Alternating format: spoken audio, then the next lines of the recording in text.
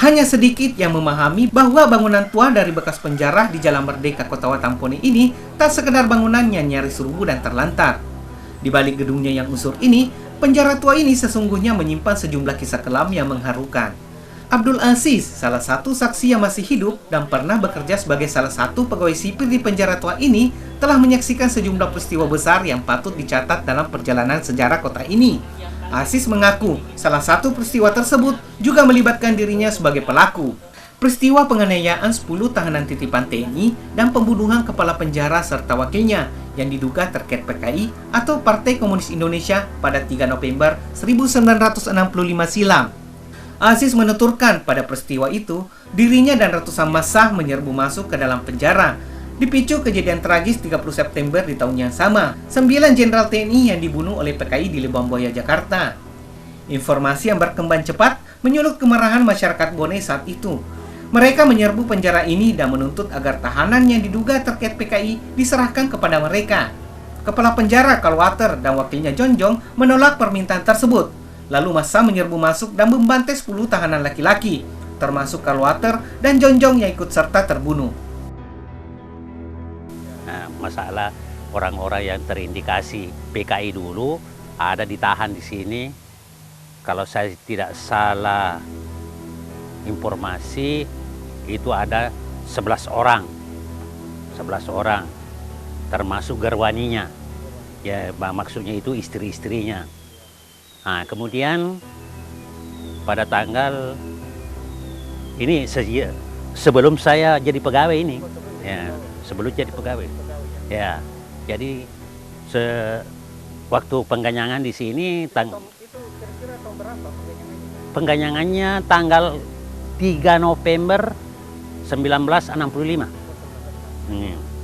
3 November 1965.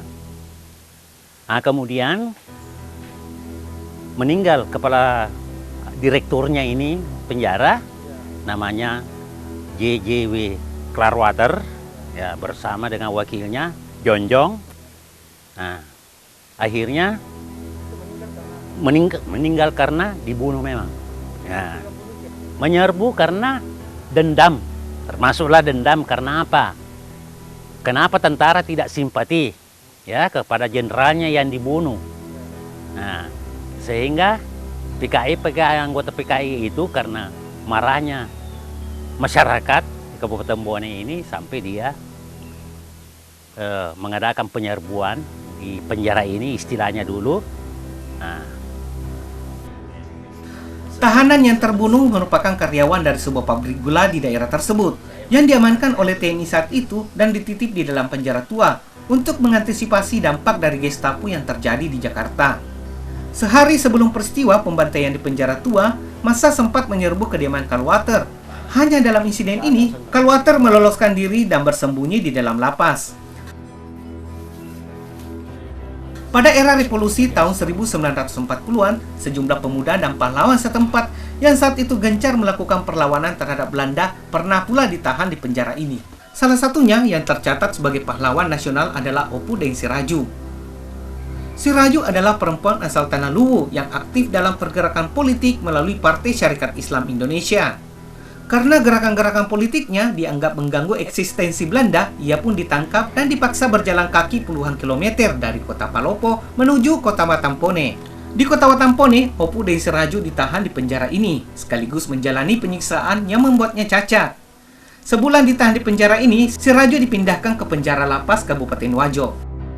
Di penjara tersebut banyak kepingan sejarah yang terjadi di kota Watampone. Salah satunya yaitu Opu Deng Siraju, salah satu pahlawan nasional dari Tanah Luwu, itu pernah ditawan di tempat tersebut dalam masa revolusi kemerdekaan di Nusantara.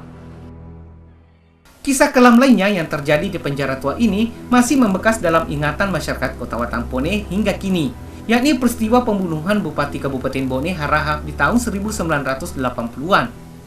Pelaku pembunuhan yang bernama Kaseng ditahan di penjara ini. Ia dicap sebagai penjagal dan dijatuhi hukuman mati oleh pengadilan setempat. Namun dalam proses persidangan berjalan, Kaseng meninggal dunia karena sakit. Si Kaseng akhirnya dia merencanakan pembunuhan. Nah, jadi menurut berita, beritanya itu Kasengnya itu lewat belakang. Karena Kaseng sudah tahu situasi rumah jabatan, lewat belakang, langsung masuki kamarnya, mendekati kamar dari Pak Bupati itu. Sehingga di situ dia tebas.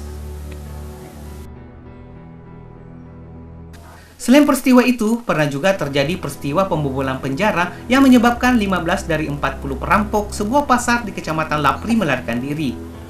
12 perampok berhasil ditangkap di berbagai tempat, sementara 3 perampok lainnya berhasil meloloskan diri hingga hari ini. Pemerhati sejarah dan bangunan tua, Ansar Mulki, mengungkapkan bahwa penjara ini sudah tak difungsikan lagi sejak tahun 1984. Sejak kehilangan fungsinya, bangunannya menjadi terlantar dan mengalami kerusakan. Rencana pemerintah melalui Kementerian Hukum dan HAM yang akan merubuhkan penjara tersebut untuk difungsikan menjadi kantor keimigrasian disayangkan oleh Ansar. Pemerhati bangunan tua ini berharap agar pemerintah merestorasi bangunan tersebut sesuai dengan bentuk aslinya untuk menjaga marwah dari nilai-nilai sejarah yang terkandung di baliknya. Selain itu, juga bisa menjadi tempat wisata sejarah bagi generasi yang akan datang.